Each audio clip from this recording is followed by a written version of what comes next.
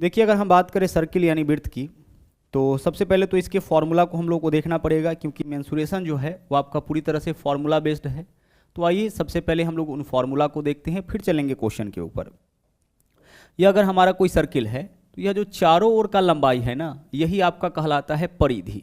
और परिधि के द्वारा जो भी भाग घेरा जाता है यह आपका कहलाता है क्षेत्रफल। इसको ऐसे हम लोग समझते हैं, जैसे आप जब भी कोई प्लॉट परचेज करते हैं, जमीन परचेज करते हैं, तो पहला काम क्या करते हैं आप, चारों तरफ से आप करते हैं बाउंड्री वॉल, चारों तरफ से उसको घेरते हैं कि भाई यहाँ से लेकर के यहाँ तक का पार्ट हमारा हो गया। तो यही चारों ओर का जो लंबाई होता है ना, यह आपका परिधि कहलाता है, या फिर इसको हम लोग परिमाप बोलते हैं। और इसी परिधि के द्वारा, बाउंड्री वॉल के द्वारा जो भी भाग घेरा जाता है वही आपका कहलाता है क्षेत्रफल। तो परिधि या परिमाप जब भी बोला जाए तो आप क्या करिएगा, इस किनारे का लंबाई निकालिएगा। हम क्या करेंगे, यहां से लेकर के यहां तक का लंबाई निकालेंगे, यही क्या होगा, यही हमारा परिधि होगा। चारों ओर का लंबाई जो होता है वह परिधि होता है, और परिधि के द्वारा जो भी भाग घेरा जाता है वह आपका कहलाता है क्षेत्रफल। ओके, आगे चलिए।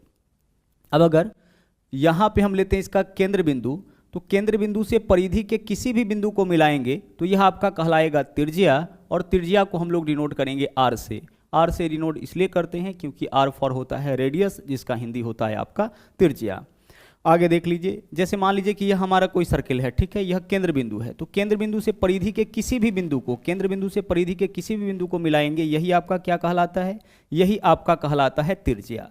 और अगर इसी को हम यहाँ से यहाँ तक कंप्लीट कर दे तो यह कहलाता है आपका व्यास, और व्यास को हम डिनोट करते हैं डी से, डी फॉर होता है आपका डायमीटर। अगर गौर से इसको देखिएगा तो जो व्यास होता है वह क्या होता है, त्रिज्या का दोगुना होता है। व्यास क्या होता है, त्रिज्या का दोगुना होता है। आगे चल के ज्योमेट्री में हम लोग जब पढ़ेंगे जीवा, ज्योमेट्री के अंदर भी हम लोग को सर्किल पढ़ना है, परिधि के किसी दो बिंदु को मिलाने वाली रेखा जीवा कहलाती है। और अगर कोई जीवा केंद्र बिंदु से होकर के गुजरे तो यही व्यास, यानी कि यही आपका क्या कहलाता है, डायमीटर कहलाता है। और यहाँ पे हमने आपको बताया कि जो व्यास होता है वह क्या होता है, त्रिज्या का दोगुना होता है। तो जनरली हमें क्या होता है ना, कि सर्किल के ज़्यादातर क्वेश्चन को सोल्व करने के लिए हमें इसी रेडियस की आवश्यकता होती है, यानी कि त्रिज्या की आवश्यकता होती है।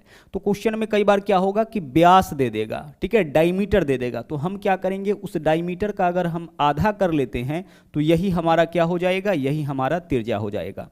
हम ऐसे भी कह सकते हैं कि व्यास जो होता है वह त्रिज्या का दोगुना होता है, यानी d बराबर 2r होता है, ट्वाइस ऑफ r होता है। लेकिन अगर हमें त्रिज्या निकालना होगा तो हम क्या करेंगे, व्यास का हम आधा करेंगे, डायमीटर का हम आधा करेंगे। और जैसा कि हमने आपको बताया कि हमें आवश्यकता जनरली किसका होता है, हमें आवश्यकता जनरली त्रिज्या का होता है। अब आगे चलते हैं। अब जो कुछ इंपॉर्टेंट फॉर्मूला है उसको देखते हैं। इसमें से जो पहला फॉर्मूला है, ध्यान से देखिएगा, जो पहला फॉर्मूला है वह है आपका क्षेत्रफल। वृत्त का क्षेत्रफल क्या हो जाएगा, वृत्त का क्षेत्रफल आप सबको बहुत अच्छी तरह से पता है, पाई आर स्क्वायर होता है। जहां पाई के स्थान पर हमें क्या लेना है, पाई के स्थान पर हमें लेना है 22/7, ठीक है, पाई के जगह पे क्या लेना है, 22/7। दूसरा और इंपॉर्टेंट बात, यह जो पाई है इसका उपयोग हम लोग उन सभी जगहों पर करेंगे जहां पे भी हमको सर्किल मिलेगा। जैसे सर्किल में तो करते ही हैं, इसके अलावा अर्धवृत्त में भी आगे जब करेंगे वहां भी करेंगे। इसके अलावा जो 3D आकृति हम लोग पढ़ेंगे, बेलन, शंकु, गोला, उन जगहों पे भी करते हैं पाई का उपयोग। बेलन का क्या होता है आपका आयतन, पाई आर स्क्वायर एच होता है ना। वक्र पृष्ठीय क्षेत्रफल क्या होता है, 2 पाई आर एच होता है, वहां पे भी हमें क्या मिलता है, पाई। शंकु का भी क्या होता है, पाई आर एल होता है, 1/3 pi R square 1/3 pi R square H होता है। कहने का मतलब कि वहां भी हमें पाई मिलता है। तो बेलन में पाई इसलिए मिलता है क्योंकि बेलन का जो आधार होता है वह वृत्ताकार होता है, ऊपर वाला भाग भी वृत्ताकार होता है। उसी तरह से शंकु का जो आधार होता है वो आपका वृत्ताकार होता है। गोला का, अर्धगोला का, सबका आधार क्या होता है, वृत्ताकार होता है। तो जहां भी आपको वृत्त मिलेगा ना, उन सभी जगहों पर आपको क्या मिलेगा, उन सभी जगहों पर आपको पाई मिलेगा। तो पाई मिले तो समझ जाइए कि इसमें कहीं ना कहीं निश्चित रूप से क्या है, कहीं ना कहीं निश्चित रूप से इसमें सर्किल है। अच्छी तरह से एक एक बात आप समझते हुए चलिएगा। अब मान लीजिए कि क्वेश्चन में त्रिज्या दे रखा है तो क्षेत्रफल निकालने में हमें कोई दिक्कत नहीं होना है। पाई आर स्क्वायर करेंगे, पाई के जगह 22/7, आर का जो भी वैल्यू होगा कैलकुलेट करेंगे, क्षेत्रफल हमारा निकल जाएगा। यहाँ पे कोई परेशानी नहीं होनी है। दूसरा जो है वह है आपका परिधि या फिर परिमाप। इसको हम लोग क्या बोलते हैं, परिधि भी बोलते हैं, परिमाप भी बोलते हैं। इसको डिनोट करते हैं हम लोग पेरीमीटर, पी से। पी फॉर क्या होता है, पेरीमीटर। परिधि क्या होता है आपका, परिधि होता है 2 पाई आर। अब इसको भी ध्यान से समझिए, परिधि क्या होता है, कोई भी जो सर्किल होगा उसका परिधि होगा 2 पाई आर। परिधि जैसे चारों ओर का जो लंबाई होता है ना, यही आपका परिधि कहलाता है। कहने का मतलब देखिएगा, यहां से लेकर के यहां तक की जो दूरी होगी ना, यही आपका क्या कहलाता है, यही आपका परिधि कहलाता है। चारों ओर की जो लंबाई होगा वही आपका परिधि कहलाएगा। अब एक क्वेश्चन जो है आपका वह चक्का से रिलेटेड पूछा जाता है, पहिया से रिलेटेड पूछा जाता है। तो कोई भी जो वृत्ताकार पहिया होगा, पहिया जनरली क्या होता है, वृत्ताकार होता है, पहिया से रिलेटेड बहुत सारे क्वेश्चन पूछे जाते हैं, ध्यान से समझिएगा। तो किसी भी पहिया के द्वारा एक चक्कर में जो तय दूरी होगा, एक चक्कर अगर हम उसको लगवाते हैं तो क्या होगा, अगर शुरू यहां से किया है तो यहां से चल के वापस यहां तक आएगा, तो वही उसके द्वारा एक चक्कर में तय दूरी होगा। और किसी भी पहिया के द्वारा एक चक्कर में जो तय दूरी होगा वह उसके परिधि के बराबर, यानी कितना हो जाएगा, 2πr। किसी भी पहिया के द्वारा एक चक्कर में तय दूरी क्या होगा, 2πr। तो 2 चक्कर में तय दूरी निकालना होगा तो 2πr गुना 2 करेंगे। 10 चक्कर में तय दूरी निकालना होगा तो 2πr गुना 10 करेंगे। n चक्कर में तय दूरी निकालना होगा तो 2πr गुना n करेंगे। तो अभी आपने क्या देखा कि किसी भी पहिया के द्वारा जो एक चक्कर में तय दूरी होता है वह उसके परिधि के बराबर होता है। बहुत इंपॉर्टेंट बात है, ध्यान रखिएगा इसको, ठीक है। किसी भी पहिया के द्वारा जो एक चक्कर में तय दूरी होता है वह उसके परिधि के बराबर होता है। एक और क्वेश्चन जो इंपॉर्टेंट क्वेश्चन आपका पूछा जाता है कि अगर किसी वृत्त के, अगर हम परिधि की बात करें, ठीक है, वृत्त के परिधि या फिर उसके व्यास या फिर उसके त्रिज्या, ठीक है, परिधि, व्यास या फिर त्रिज्या, तीनों में से किसी को भी अगर हम x गुना करते हैं, क्या करते हैं हम लोग, किसी को भी x गुना करते हैं। x गुना कहने का मतलब x के स्थान पर कोई भी डाटा ले सकते हैं, 2 गुना करते हैं, 3 गुना करते हैं, 4 गुना करते हैं, 10 गुना करते हैं। उस केस में ना इसका जो क्षेत्रफल होगा, ध्यान रखिएगा, उस केस में इसका क्षेत्रफल क्या हो जाएगा, क्षेत्रफल आपका x² गुना हो जाएगा। क्षेत्रफल क्या हो जाएगा, क्षेत्रफल आपका x² गुना हो जाएगा, क्योंकि क्षेत्रफल में देख लीजिए स्क्वायर लगा हुआ है, परिधि में स्क्वायर नहीं है, परिधि में कहीं स्क्वायर नहीं है, देख सकते हैं, व्यास में भी कहीं स्क्वायर नहीं है, क्षेत्रफल में स्क्वायर है। तो इस वजह से क्या होता है कि अगर किसी वृत्त के परिधि या त्रिज्या या व्यास को हम x गुना करेंगे तो क्षेत्रफल x² गुना, जैसे अगर त्रिज्या को 2 गुना करेंगे तो क्षेत्रफल 4 गुना हो जाएगा, त्रिज्या को 5 गुना करेंगे तो क्षेत्रफल 5 का स्क्वायर यानी 25 गुना हो जाएगा, त्रिज्या को अगर हम लोग 4 गुना करेंगे तो क्षेत्रफल 4 का स्क्वायर यानी कि 16 गुना होगा। बाकी सब सेम रहता है। अगर हम त्रिज्या को x गुना करेंगे तो व्यास भी x गुना होगा, परिधि भी x गुना होगा, यहाँ पे कोई परिवर्तन नहीं होगा। त्रिज्या, जो परिवर्तन हम लोग त्रिज्या में करेंगे वही व्यास में वही परिधि में होगा, यानी त्रिज्या को 2 गुना करेंगे तो व्यास भी 2 गुना, परिधि भी 2 गुना होगा, लेकिन क्षेत्रफल क्या हो जाएगा, 4 गुना हो जाएगा। तो इससे रिलेटेड भी क्वेश्चन आपसे पूछा जाता है। हर एक पॉइंट को हम लोग अच्छी तरह से डिस्कस करेंगे। ओके, चलिए अब हम लोग बढ़ते हैं इसके आगे। अभी और बहुत सारा थ्योरी आपका बचा हुआ है, अब हम लोग बढ़ेंगे इसके आगे। अब यहां पे देख लीजिए, यह जो है आपका, यह है वृत्ताकार वलय। इसको हम लोग क्या बोलते हैं, इसको हम लोग बोलते हैं वृत्ताकार वलय, या फिर इसको चक्राकार भी बोला जाता है, ठीक है, चक्राकार भी बोला जाता है या फिर वृत्ताकार रास्ता भी बोला जाता है। अंग्रेजी में इसको हम लोग क्या बोलते हैं, अंग्रेजी में इसको हम लोग रिंग भी बोलते हैं। इसको हम लोग क्या बोलेंगे, जो इस तरह का आकृति होगा उसको हम लोग बोलेंगे चक्राकार बोलेंगे, या वृत्ताकार रास्ता बोलेंगे, या फिर वलय बोला जाता है, ठीक है। अब यहाँ पे देखिएगा, ध्यान से समझिएगा, इससे भी रिलेटेड क्वेश्चन आपसे पूछा जाता है। अगर हम यह केंद्र बिंदु ले लेते हैं, दोनों का केंद्र बिंदु तो यही है, तो केंद्र बिंदु से परिधि, यह हो गया त्रिज्या छोटे वाले वृत्त का, तो इसके त्रिज्या को स्मॉल r से डिनोट कर लिए, ठीक है। और दूसरा केंद्र बिंदु से परिधि, किसी भी तरफ हम ले सकते हैं ना, केंद्र बिंदु से परिधि, यह क्या हो जाएगा, यह भी आपका केंद्र बिंदु से परिधि, यह भी आपका त्रिज्या हो जाएगा, और यह त्रिज्या किसका हो जाएगा, बड़े वृत्त का त्रिज्या हो जाएगा। अगर आप गौर से देख रहे होंगे तो यहाँ पे ना कितना वृत्त है, 2 वृत्त है, एक छोटा वृत्त है और एक बड़ा वृत्त है, दोनों का केंद्र बिंदु एक ही है। केंद्र बिंदु से परिधि छोटे वाले वृत्त का त्रिज्या, केंद्र बिंदु से परिधि बड़े वाले वृत्त का त्रिज्या। अगर आपसे पूछा जाए ना कि यह जो वृत्ताकार रास्ता है या जो चक्राकार है उसका चौड़ाई, ठीक है, किसका चौड़ाई हमें बताना है, यहाँ पे रास्ते का चौड़ाई बताना है, या फिर यहाँ पे चक्राकार भी कह सकते हैं, इसको क्या कह सकते हैं, चक्राकार भी बोला जाता है। तो चक्राकार का अगर आपको चौड़ाई निकालना होगा तो चक्राकार का चौड़ाई कैसे निकलेगा, देखिए यहाँ से यहाँ तक कैपिटल R और यहाँ तक स्मॉल r, तो कैपिटल R के वैल्यू में से स्मॉल r का वैल्यू निकालेंगे, घटाएंगे, तो इसी से क्या निकलेगा, चक्राकार का चौड़ाई आपका निकल जाएगा। बड़े वृत्त के त्रिज्या में से छोटे वृत्त के त्रिज्या को अगर हम घटा लेते हैं तो इससे क्या निकलेगा, इससे निकलेगा आपका चक्राकार का चौड़ाई। पहला फॉर्मूला हम लोग देख रहे हैं किसमें, पहला फॉर्मूला हम लोग वलय के अंदर देख रहे हैं। इससे रिलेटेड क्वेश्चन भी बहुत ज़्यादा पूछा जाता है, ध्यान से समझते चलिएगा। रास्ते का चौड़ाई पूछा जाएगा capital R minus small R, इसका वैल्यू हमें बताना है। रास्ते का चौड़ाई मतलब इसी का वैल्यू, तो इसका वैल्यू कैसे निकालेंगे, यहाँ से यहाँ तक कैपिटल आर, यहाँ तक स्मॉल आर, तो कैपिटल आर के वैल्यू में से स्मॉल आर का वैल्यू घटाएंगे, चक्राकार का चौड़ाई आपका निकल जाएगा। आगे देखिए, अगर हमें निकालना पड़े इसका क्षेत्रफल, किसका, रास्ते का क्षेत्रफल, हमें क्या निकालना पड़े, वलय का क्षेत्रफल या फिर रास्ते का क्षेत्रफल, यहाँ जो वृत्ताकार आप रास्ता देख रहे हैं उसका क्षेत्रफल, तो रास्ते का क्षेत्रफल बराबर होगा, कैसे निकालेंगे सोचिए जरा सा, थोड़ा सा हमें यहाँ पे दिमाग लगाना है। अगर हम बड़े वृत्त के क्षेत्रफल में से, बड़े वृत्त का क्षेत्रफल क्या हो जाएगा, पाई आर स्क्वायर, क्योंकि बड़े वृत्त की त्रिज्या कैपिटल आर है तो क्षेत्रफल यही हो जाएगा। तो बड़े वृत्त के क्षेत्रफल में से छोटे वृत्त का क्षेत्रफल, छोटे वृत्त की त्रिज्या स्मॉल आर है तो क्षेत्रफल क्या हो जाएगा इसका, pi R square, pi small R square. तो बड़े वृत्त के क्षेत्रफल में से छोटे वृत्त का क्षेत्रफल घटा लेते हैं, बड़े वृत्त का क्षेत्रफल यानी यहाँ से यहाँ तक पूरे का क्षेत्रफल, इसमें से इसका क्षेत्रफल घटा लेंगे तो किसका क्षेत्रफल निकलेगा, रास्ते का, यानी pi R square minus pi R square.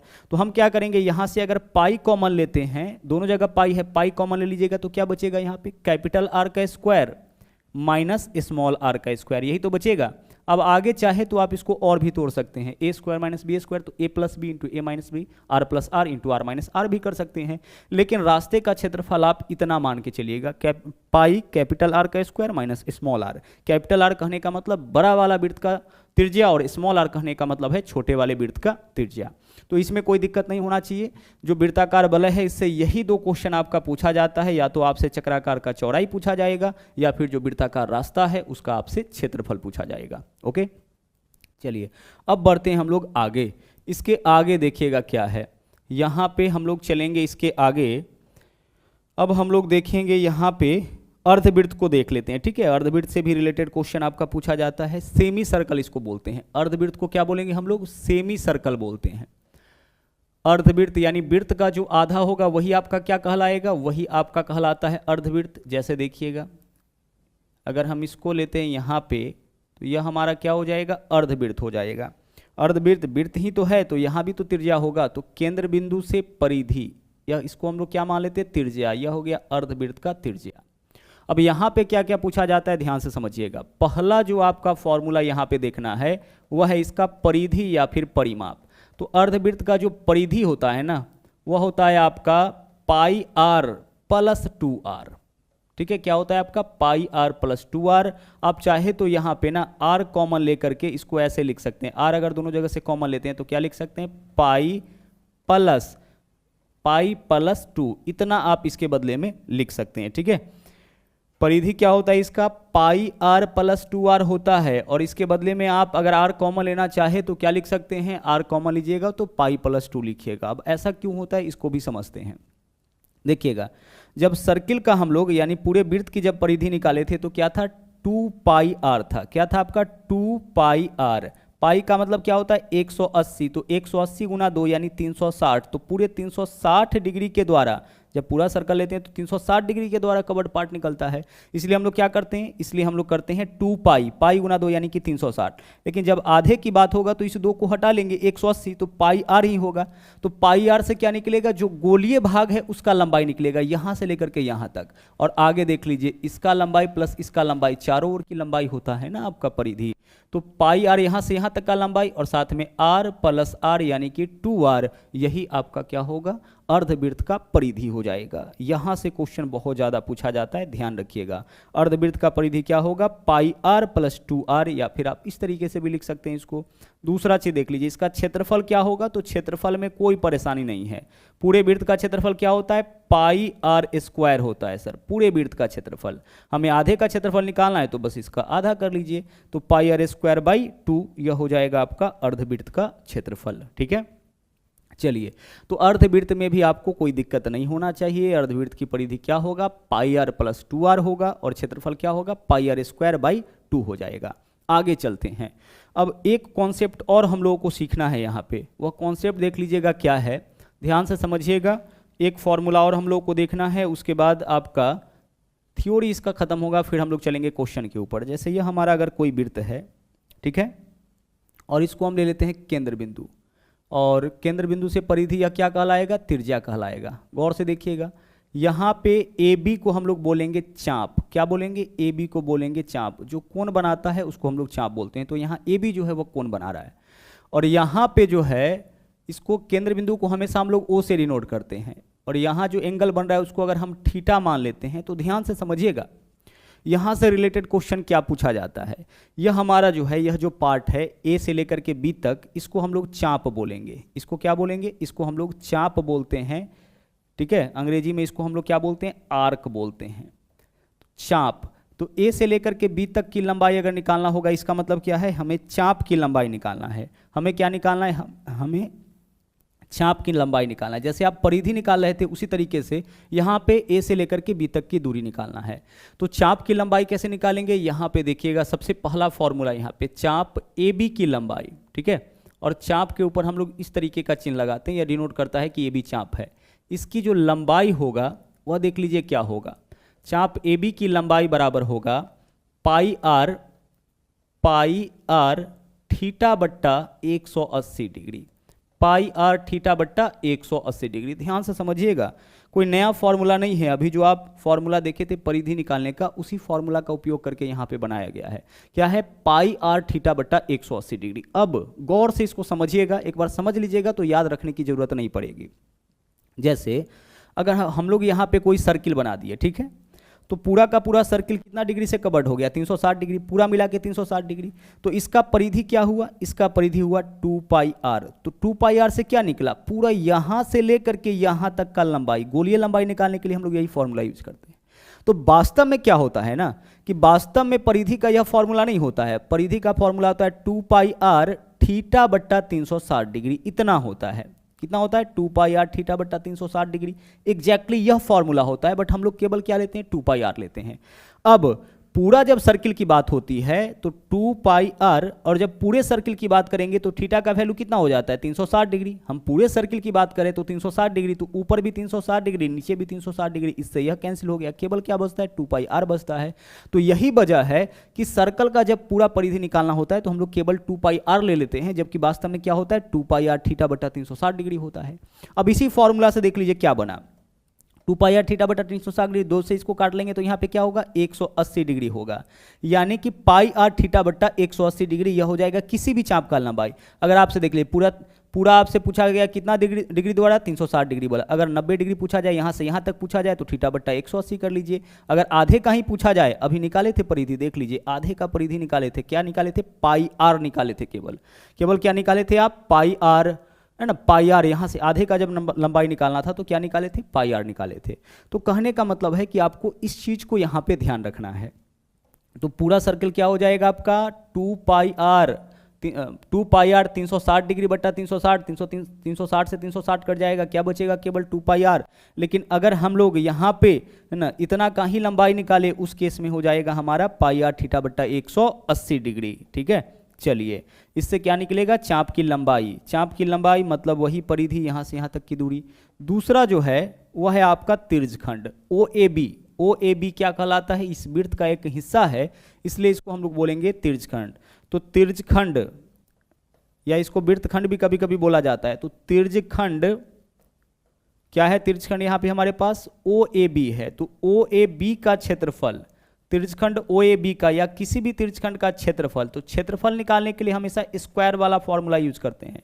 हमें लंबाई नहीं निकालना, इस बार क्या निकालना है? क्षेत्रफल। तो तिर्यखंड का क्षेत्रफल देख लीजिए क्या होता है। अगर हम पूरे वृत्त के क्षेत्रफल की बात करें तो क्या होता है? या वास्तव में पाई आर स्क्वायर। तो वास्तव में पाई आर स्क्वायर नहीं होता है, वास्तव में आपका पाई आर स्क्वायर थीटा बट्टा 360 डिग्री यही होता है। लेकिन पूरे वृत्त की बात करते हैं तो थीटा 360 से 360 होता है। तो 360 से 360 कैंसिल, केवल पाई आर स्क्वायर बचता है। तो वास्तव में क्या होता है? या पाई आर स्क्वायर थीटा बट्टा 360 डिग्री। इससे किसी भी तिर्यखंड का क्षेत्रफल आपका निकल जाएगा, किसी भी वृत्तखंड का क्षेत्रफल निकल जाएगा। किस फॉर्मूला से? पाई आर स्क्वायर थीटा बट्टा 360 डिग्री। यहाँ 180 क्यों है? क्योंकि 2 पाई होता है ना, तो 2 से 360 कैंसिल हो गया, इस वजह से। यहाँ 360 क्यों है? क्योंकि क्षेत्रफल वाले में पहले 2 नहीं लगता है। पाई आर स्क्वायर थीटा बट्टा 360 डिग्री। इससे जो है ना तिर्यखंड का क्षेत्रफल निकाल सकते हैं। या फिर एक और तरीका है, तिर्यखंड का क्षेत्रफल निकालने के लिए। क्या तरीका है? 1/2 गुणे, अगर चाप का लंबाई पता है, यानी चाप ए बी का लंबाई पता है, तो ए बी गुना त्रिज्या बस कर लीजिए, इससे भी आपका क्षेत्रफल निकल जाएगा, क्योंकि गौर से देखिएगा तो पता चलेगा कि यहाँ पे क्या बन गया है, एक त्रिभुज बन गया है। OAB एक त्रिभुज बन गया है, इसका यह वाला आधार हो जाता है और जो त्रिज्या होता है वह ऊंचाई होता है। तो त्रिभुज का क्षेत्रफल आधार गुने ऊंचाई होता है, तो 1/2 गुने यह आधार हो गया और इसको ऊंचाई मान लेंगे, 1/2 गुने आधार गुने ऊंचाई, इससे आपका इसका क्षेत्रफल निकल जाएगा। तो इससे रिलेटेड भी क्वेश्चन आपका पूछा जाता है। बस अब आपका थ्योरी हो चुका है कंप्लीट। हर एक फॉर्मूला का आपको क्या करना है, स्क्रीनशॉट ले लेना है। हर एक फॉर्मूला की आपको आवश्यकता पड़ेगी और यह आपका कंप्लीट है। आपको करना क्या है कि हर एक फॉर्मूला को आप लिखिएगा और उसके बारे में एक बार सोचिएगा जरूर, ठीक है। सोचिएगा तो चीज़ें आपके दिमाग में अपने आप सेट हो जाएंगी।